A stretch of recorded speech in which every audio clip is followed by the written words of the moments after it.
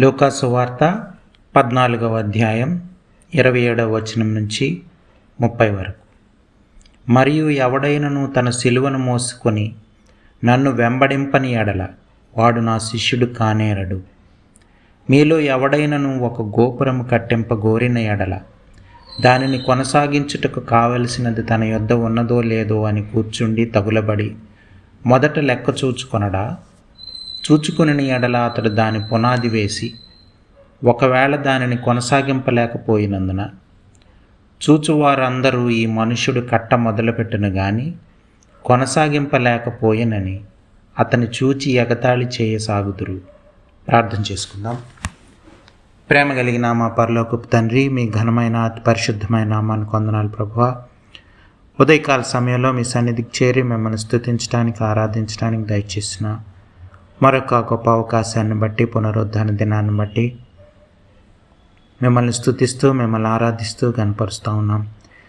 మీరేమంటున్నారో దాన్ని బట్టి మీకు వందనాలు ప్రభువా. మీ గొప్పతనాన్ని బట్టి, ప్రేమను బట్టి, వాత్సల్యతను బట్టి, ఔన్నత్యాన్ని బట్టి, సార్వభౌమాధికారాన్ని బట్టి ప్రభువా నాయన, మీ పరిపాలన బట్టి, న్యాయమైన మీ తీర్పులను బట్టి, అపరిమితమైన మీ జ్ఞానాన్ని బట్టి ప్రభువా, మహాపరిశుద్ధతను బట్టి మిమ్మల్ని స్తుతిస్తూ మిమ్మల్ని ఆరాధిస్తూ ఉన్నాం తండ్రి. ప్రభువా, ఈ సమయంలో ప్రభువా నాయన వాక్యాన్ని ధ్యానించిన ఏంటుండగా మాతో మాట్లాడమని, ప్రభువా మీ సన్నిధిని అనుభవించడానికి కృప చూపించమని, ఆత్మీయమైన మేళ్లు పొందుకోవడానికి, ఆశీర్వదింపబడ్డానికి సహాయం దయచేయమని ప్రభువా నాయన, పరిశుద్ధాత్మదేవ మీరు మాట్లాడుతున్నప్పుడు ప్రభువా నాయన అర్థం చేసుకోవడానికి కావలసిన విశ్వాసం ప్రభువా శక్తి దయచేయమని ప్రాధేయపడతా ఉన్నాం. కృప చూపించండి. మీరే మాట్లాడమని ప్రభువా నాయన, ప్రతి ఆటంకాన్ని, అంధకార శక్తిని లయపరచమని ఘనత, మహిమ, ప్రభావాలు మీకే ఆరోపిస్తూ యేసు ప్రభువారి అతి పరిశుద్ధమైన నామంలో ప్రార్థన అడిగి వేడుకొంచున్నాం తండ్రి. ఆమేన్. ఒకవేళ యేసు ప్రభువారు కానీ తన శిష్యుల్ని ఎన్నుకునేటప్పుడు ఒక ప్రైవేట్ ఆర్గనైజేషన్కి వీళ్ళందరి బ్యాక్గ్రౌండ్ చెక్ చేసి వీళ్ళు ఎలాంటి వాళ్ళు చెప్పండి, నా మినిస్ట్రీకి వీళ్ళు కావాలని చెప్పి ఒకవేళ అడిగితే ఈ విధంగా ఆ ప్రైవేట్ ఆర్గనైజేషన్ వాళ్ళు రిపోర్ట్ ఇచ్చి ఉండేవారని ఒక ఇల్లస్ట్రేషన్. ఏంటంటే సీమోన్ పేతురు ఎమోషనల్గా చాలా అన్స్టేబుల్గా ఉన్నాడు, టెంపర్ లూజ్ అయిపోతూ ఉన్నాడు అని రిపోర్ట్ వచ్చి ఉండేది. అలాగే ఆంద్రే గురించి ఆయనలో అసలు లీడర్షిప్ క్వాలిటీసే లేవు అని చెప్పి ఉండొచ్చు. అలాగే యాకోబు, యోహాను వాళ్ళ బ్రదర్స్ గురించి వాళ్ళు పర్సనల్గా ఎక్కువ బెనిఫిట్ వాళ్ళ ఇంట్రెస్ట్ చూపిస్తున్నారు కానీ కంపెనీకి లాయల్గా ఉండకపోవచ్చు, మీరు మీ వర్క్కి హెల్ప్ అవ్వకపోవచ్చు అని రిపోర్ట్ ఇచ్చి ఉండేవాళ్ళని. అలాగే థామస్ గురించి బాగా ప్రశ్నలుగా అడిగే యాటిట్యూడ్ ఉంది, క్వశ్చనింగ్ యాటిట్యూడ్ ఉంది కాబట్టి మీకు పనికి రాకపోవచ్చు అని రిపోర్ట్ ఇచ్చి ఉండొచ్చు. అలాగే మత్తయి గురించి ఈయనకి యెరూషలేములో మంచి పేరు లేదు ఈయన గురించి అని.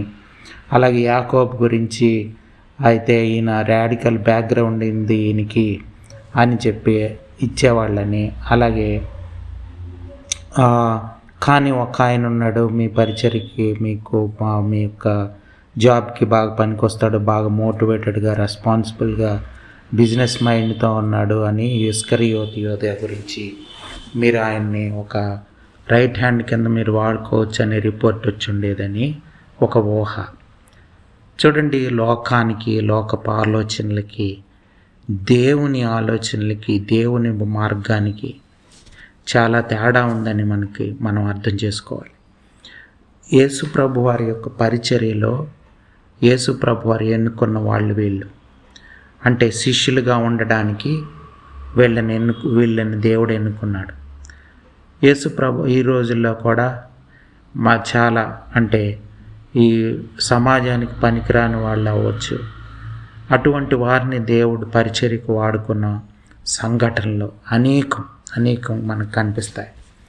సో అసలు చూడండి, మార్కు సువార్తలో ఈ సువార్త గురించి ప్రకటించడానికి, సువార్త గురించి దేవుడు మనకి ఇచ్చినటువంటి ఆజ్ఞ సో ఆ యొక్క మార్కు సువార్త 16 ఆ యొక్క గ్రేట్ కమిషన్ అని అంటాం 15 వచనంలో, మరియు మీరు సర్వలోకమునకు వెళ్ళి సర్వ సృష్టికి సువార్తను ప్రకటించాలన్నది మనం చాలాసార్లు వినుంటాం. కానీ ఇదే మాటని మత్తయి సువార్త 28లో 18వ వచనం నుంచి చదివితే మీరు చూడండి.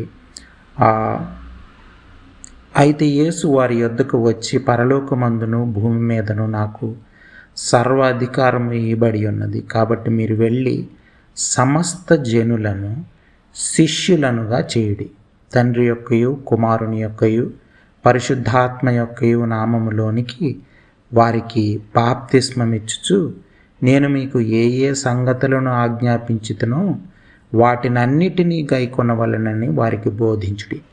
ఇదిగో నేను యుగ సమాప్తి వరకు సదాకాలం మీతో కూడా ఉన్నానని వారితో చెప్పాను. అంటే ఈ 2 భాగాలు సువార్త ప్రకటించడంలో, సువార్త గురించి.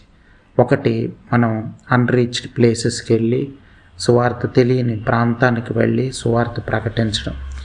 కానీ సువార్త ప్రకటించి వదిలేయమని లేదు. ఇంకొక భాగం ఉంది. ఏంటి? శిష్యులనుగా తయారు చేసి దేవుని సంగతులు, యేసుప్రభు వారు ఏ ఏ సంగతులు చెప్పారో వాటన్నిటినీ గైకొనడానికి వాళ్ళకి బోధించాలి. అంటే వాళ్ళందరినీ శిష్యులనుగా తయారు చేయాలి. ఇది పూర్తి సువార్త ప్రకటించడం అనేది. అంతేగాని ఈ రోజుల్లో మనం చూస్తే ఈ మొదటి భాగానికే ఎక్కువ ప్రాధాన్యత ఇచ్చి శిష్యులనుగా తయారు చేయడంలో సంఘాలు, పరిచర్యలు ఎక్కువగా కాన్సన్ట్రేట్ చేయట్లేదని, ఫెయిల్ అయిపోతున్నారని మనకు ఈజీగా అర్థమవుతుంది. సో ముఖ్యంగా అంటే మధ్యలో వదిలేయమని లేదు. అదే మనం లోకాసు వార్తలో మనం చదువుతున్నప్పుడు మనం మొదట 14వ అధ్యాయంలో 28లో చూస్తే, ఒక గోపురం కట్టించాలని ఎవరైనా అనుకుంటే తనకు కావాల్సింది ఉందో లేదో అని కూర్చొని తగలబడి మొదట లెక్క చూసుకోవాలి కదా అని చెప్తున్నాడు.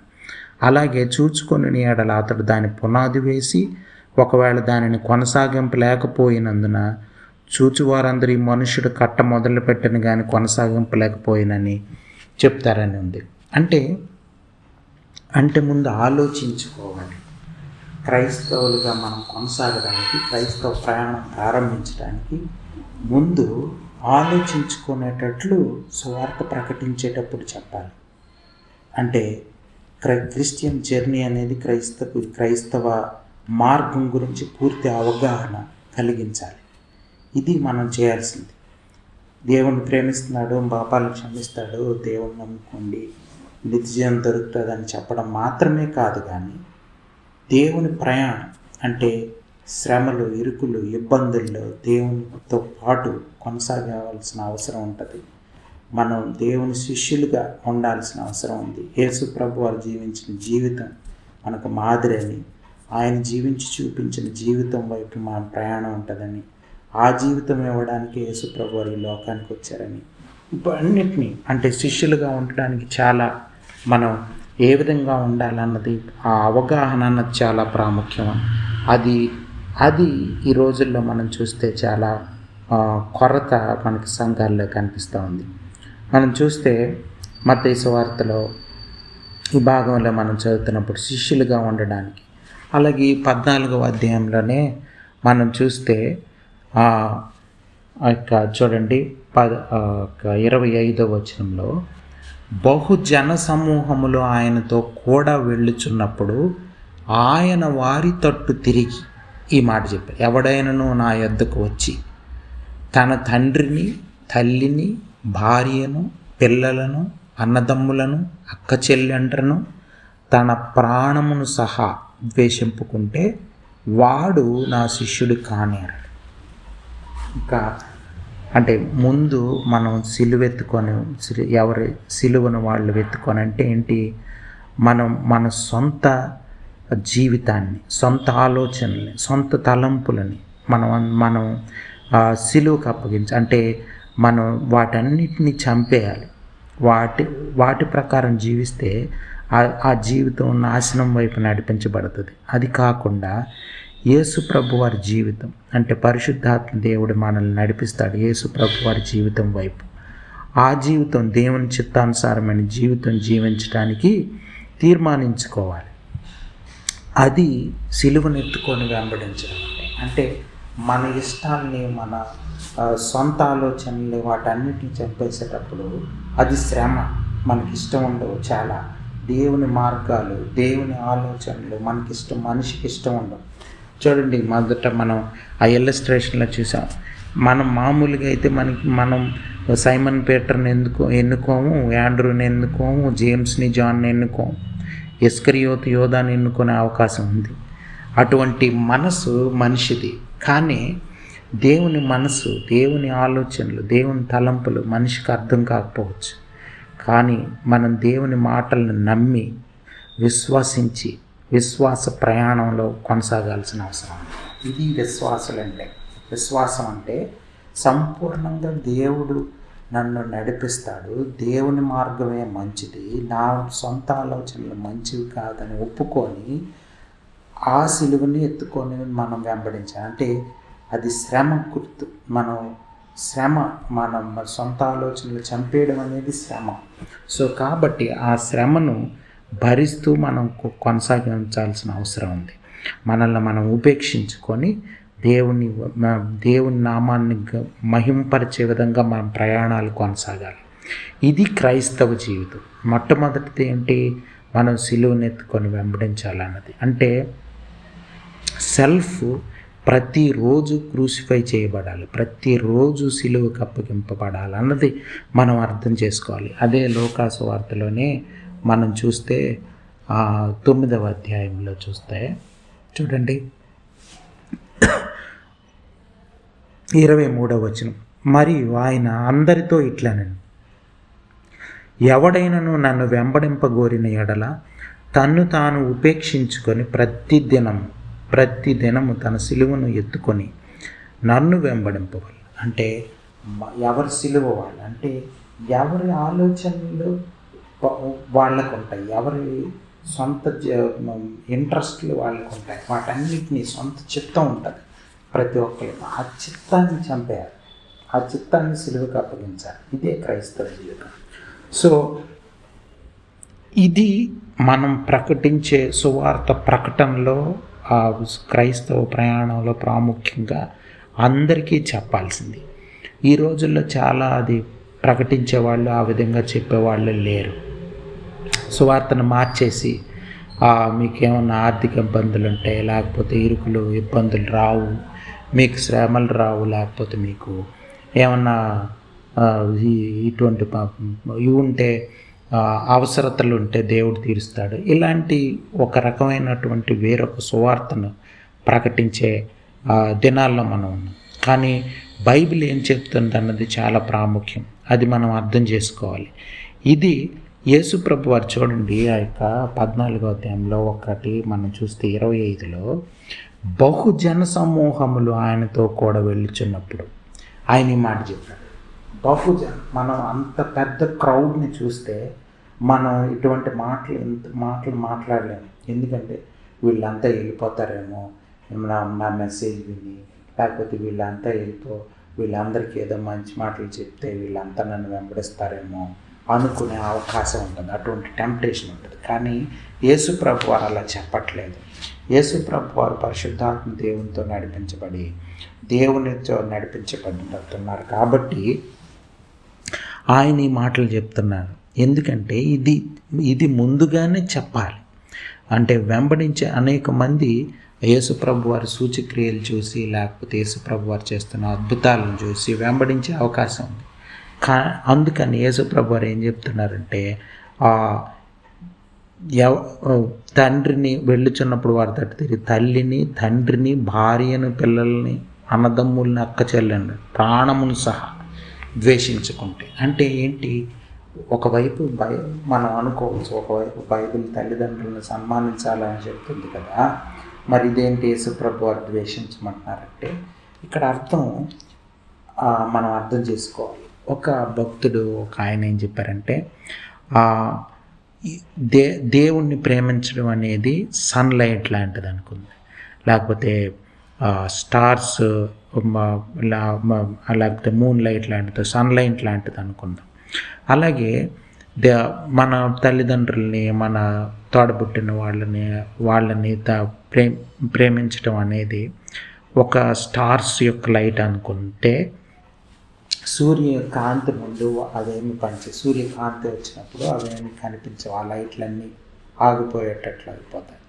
అంటే అర్థం ఏంటంటే యేసు ప్రభు వారి కన్నా వీళ్ళు ఎవరిని ప్రేమించకూడదు అని అర్థం. ఒకవేళ దేవుని ప్రేమ తల్లిదండ్రుల మధ్య నిర్ణయం తీసుకోవాల్సి వస్తే దేవుని వైపా తల్లిదండ్రుల వైపా అన్న ఒక సందిగ్ధమైనటువంటి ఒక పరిస్థితి కానీ మన జీవితంలో వస్తే, అప్పుడు దేవుని వైపే మనం ఆ నిర్ణయం తీసుకోవాల్సింది, దేవుని వైపే మనం మొగ్గు చూపాల్సిన అవసరం ఉంది. ఇది యేసు ప్రభు వారు వాళ్ళకి చెప్తున్నారు. నిజంగా శిష్యులుగా ఉండాలనుకుంటే మీ తల్లిదండ్రుల కన్నా వీళ్ళందరికన్నా ఎక్కువగా దేవుణ్ణి ప్రేమించాల్సిన అవసరం ఉంది. వాళ్ళని ద్వేషించాల్సిన అవసరం వస్తే ద్వేషించాలి కూడా. సో ఇది క్రైస్తవ జీవితం అనేది. ఇది అర్థం చేసుకొని మనం ఉండాలి. అప్పుడే మనం శిష్యులుగా ఉండొచ్చు. అప్పుడే దేవుని తోడు మనకు ఉంటుంది. ఇంకా ఆ యొక్క 30వ వచనంలో చూస్తే 14వ అధ్యాయంలో చెప్తారు. మరియు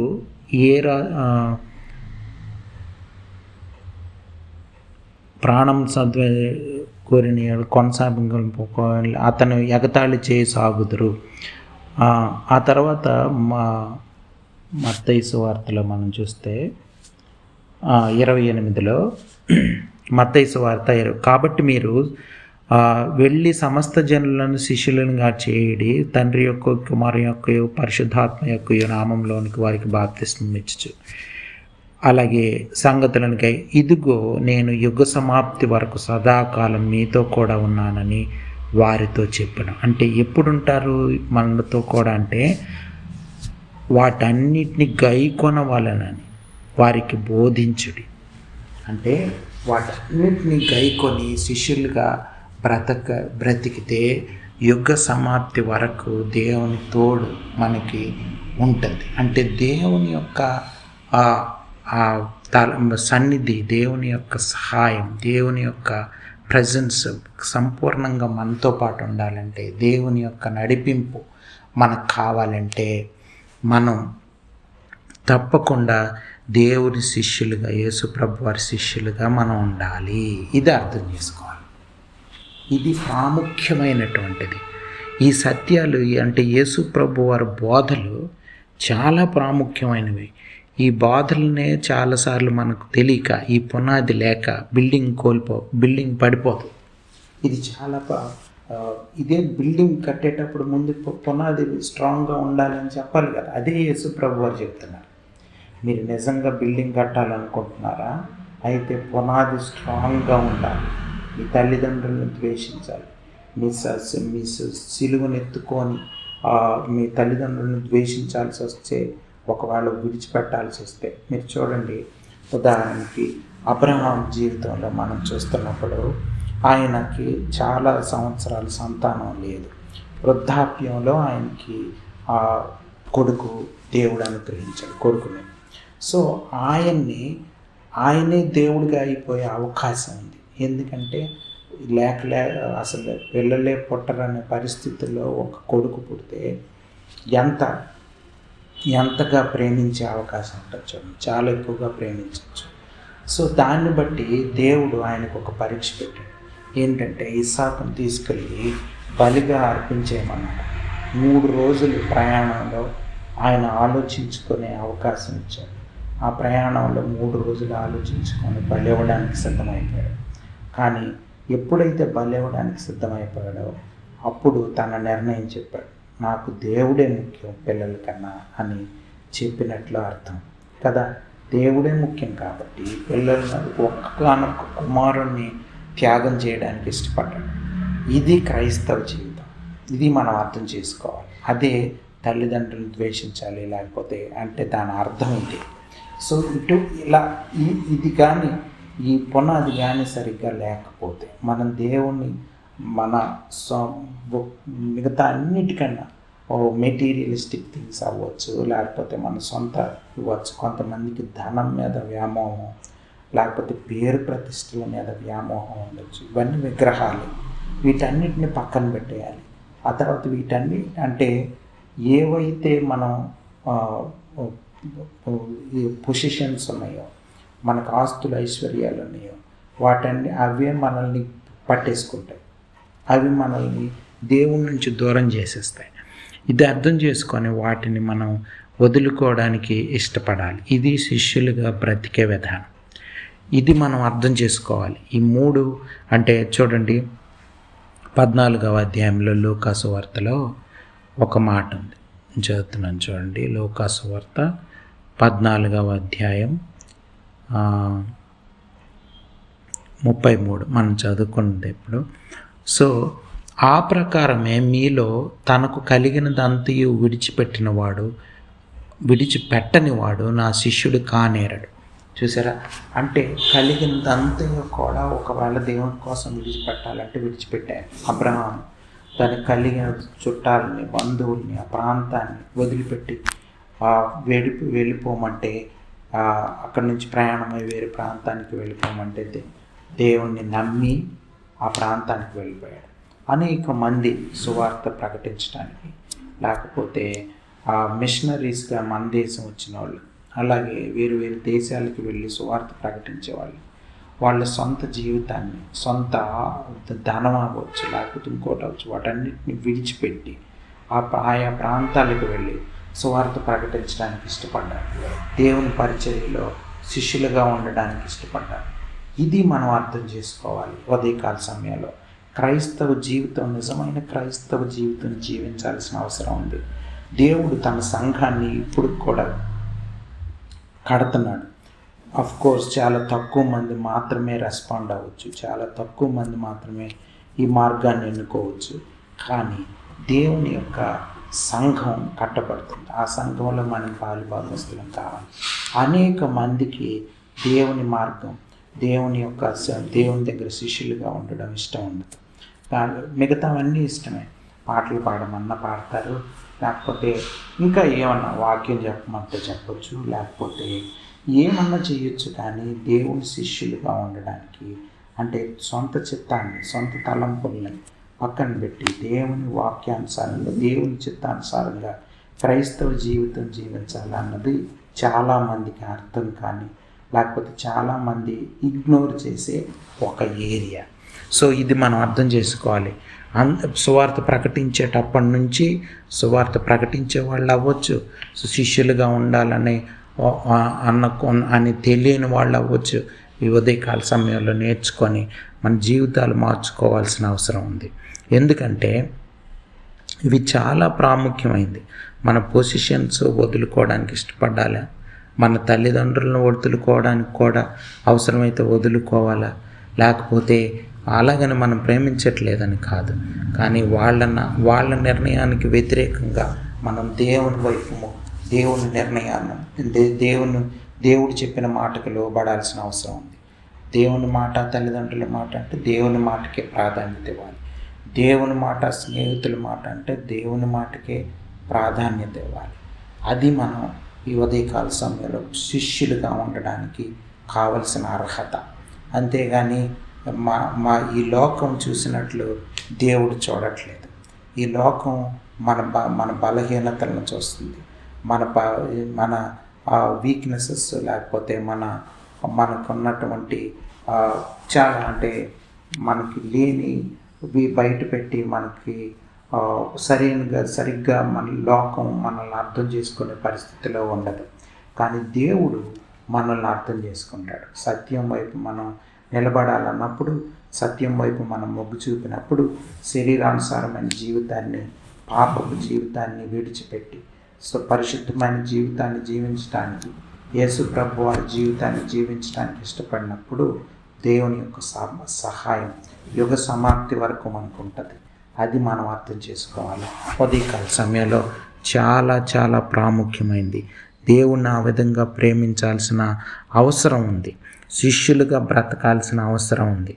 మనం శిష్యులుగా అనేక మందిని యేసుప్రభు వారి శిష్యులుగా తయారు చేయాల్సిన అవసరం ఉంది. ఈ రోజుల్లో చూడండి, చాలామంది ఊరకనే నాలెడ్జ్ ఉంటుంది, లేకపోతే ఈ లోకపరం బైబిల్ జ్ఞానం ఉండొచ్చు, బైబిల్కు సంబంధించినటువంటిది నాలెడ్జ్ ఉండొచ్చు, కానీ వాటి వలన ఏం ఉపయోగం లేదు. నిజంగా దేవుని శిష్యులుగా బ్రతకాలి. చాలామంది జీవితాలు మనం చూస్తున్నప్పుడు వాళ్ళ దేవునికి లోబడే మనసు, దేవుని చిత్తానుసారంగా జీవించాల్సిన జీవితాలు మనకు కనిపించవు. దేవుని సేవకులు అవ్వచ్చు, అనబడిన వాళ్ళు అయి ఉండొచ్చు, లేకపోతే పెద్దలుగా సంఘంలో పెద్దలుగా ఉండొచ్చు, మనకు సోషల్ మీడియాస్లో పెద్ద పేరు ప్రఖ్యాతలు కలిగిన వాళ్ళు అయి ఉండొచ్చు. కానీ ఇది నిజంగా దేవుని శిష్యులుగా వాళ్ళు ఉండట్లేదని వాళ్ళ జీవితాలు మనం చూస్తున్నప్పుడు మనకు అర్థమైపోద్ది. ఉదయకాల సమయంలో అవన్నీ చూసి మనం నేర్చుకోవాల్సిన పాఠం ఏంటంటే, మనం ఆ విధంగా ఉండకుండా మనం దేవుని మాటలకు లోబడుతూ మనం భయభక్తులు కలిగి దేవుని నామాన్ని హెచ్చించే వాళ్ళంగా, దేవుని నామానికి మహిమకరంగా, నిజమైన క్రైస్తవులుగా, నిజమైన క్రీస్తు శిష్యులంగా మనం బ్రతకాల్సిన అవసరం ఉంది. పరిశుద్ధాత్మ దేవుడు ఉదయకాల సమయంలో మనందరికీ అటువంటి జ్ఞానం దయచేయాలని ప్రార్థన చేసుకుందాం. ప్రేమ కలిగిన మా పరలోకపు తండ్రి, మీ ఘనమైన పరిశుద్ధమైన నామానికి వందనాలు, స్తోత్రాలు. ప్రభువా నాయన, మాతో మాట్లాడారు, అందుని బట్టి మాకు వందనాలు. ప్రభువా నాయన, వాక్యం ఉన్న మేమంతా కూడా శిష్యులుగా ఉండడానికి, అనేక మందిని శిష్యులుగా ఉండడానికి, ప్రభువా నాయన అటువంటి మాటలు చెప్పేవాళ్ళంగా మేము ఉండడానికి సహాయం దయచేయమని ప్రాధేయపడతా ఉన్నాం తండ్రి. అటువంటి జ్ఞానం దయచేయండి. పరిశుద్ధాత్మ దేవా, మీకు వందనాలు. ఉదయ సమయంలో మాతో మాట్లాడినందుకు మీకు వందనాలు. హృదయంలో వాక్యం భద్రపరచమని, వాక్యమైన ప్రతి ఒక్కరిని మీ దీవెనల ఆశీర్వాదాలతో నింపమని ప్రాధేయపడతా ఉన్నాం తండ్రి. కృప చూపించండి. ఈ సమయాన్ని బట్టి ప్రభువా విన్న ప్రతి ఒక్కరిని బట్టి మిమ్మల్ని స్తుతిస్తూ, ప్రతి ఒక్కరికి ప్రభువాని దీవెనల ఆశీర్వాదాలు దయచేయమని, ప్రభువా నాయన ఘనత, మహిమ, ప్రభావాలు మీకే ఆరోపిస్తూ యేసు ప్రభువారి అతి పరిశుద్ధమైన నామంలో ప్రార్థన అడిగి వేడుకుంటున్నాం తండ్రి. ఆమేన్.